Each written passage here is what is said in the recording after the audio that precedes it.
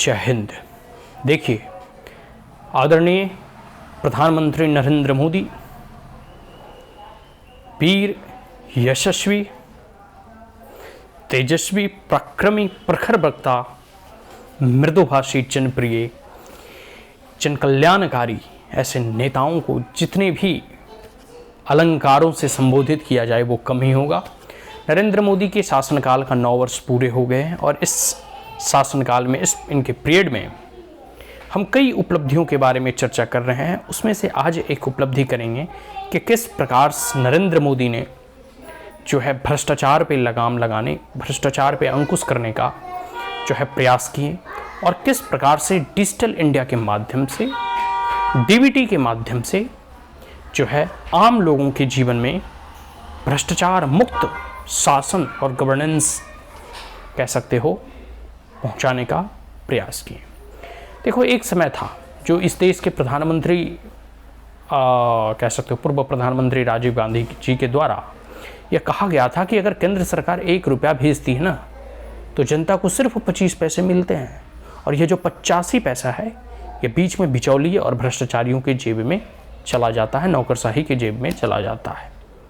एक प्रधानमंत्री होकर ये बात बोल रहे हैं। इससे स्पष्ट जाहिर होता है कि शासन प्रशासन में या इस शासनीय व्यवस्था में कितनी भ्रष्टाचार व्याप्त थी। लेकिन प्रश्न यह उठता है, तो फिर आपके द्वारा क्या किया गया? जैसे आपको यह मालूम है कि अगर 85% या 1 रुपया में 85 पैसा भ्रष्टाचार के जेब में चला जाता है, जनता को मात्र, लाभार्थी को मात्र 25 पैसे मिलते हैं, यह अगर आपको मालूम था तो आपने इस भ्रष्टाचार से निपटारे का क्या उपाय किया या इससे कैसे निपटा जाए इसकी आपने क्या व्यवस्था की?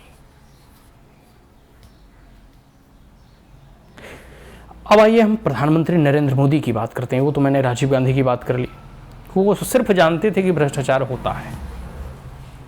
नरेंद्र मोदी जी आए, उन्होंने कई एक ऐसे जो है बिंदुओं पर ध्यान दिया।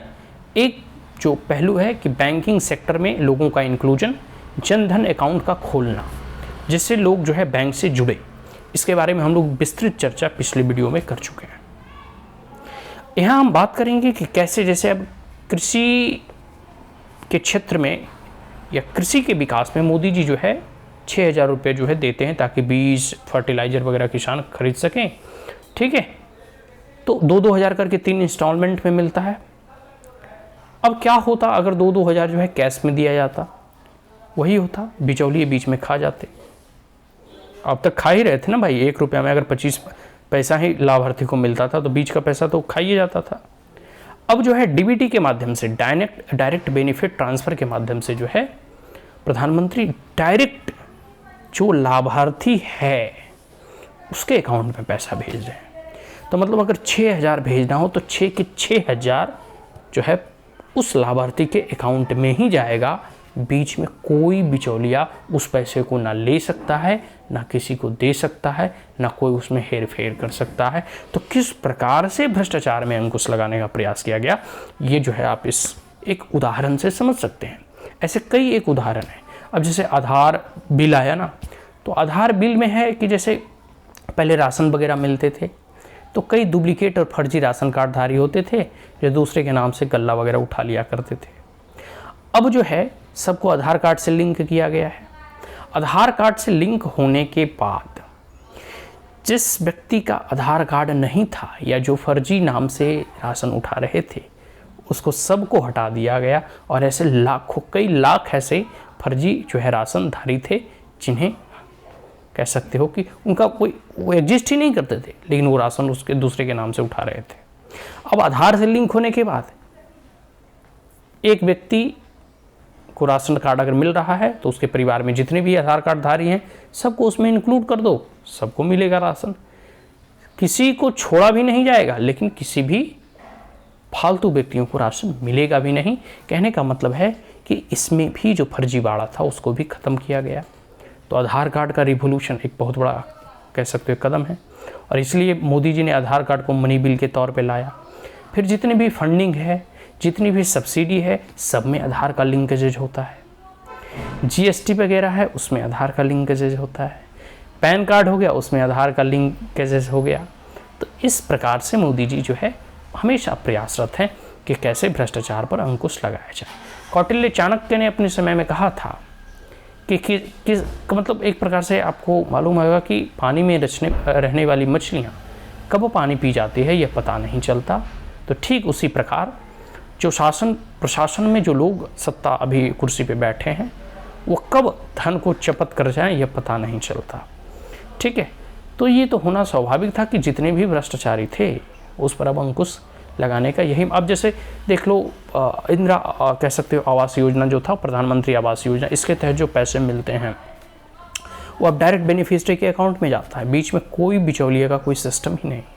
हाँ, यह बात जरूर है कि इसमें भी कह सकते हो कि करप्शन ग्राउंड लेवल पर है। पहले मुखिया और सरपंच बोल देता भाई मैं आपका करा रहा हूँ, आपको से हम कमीशन लूँगा, लेकिन बीच में कहीं कोई नहीं है।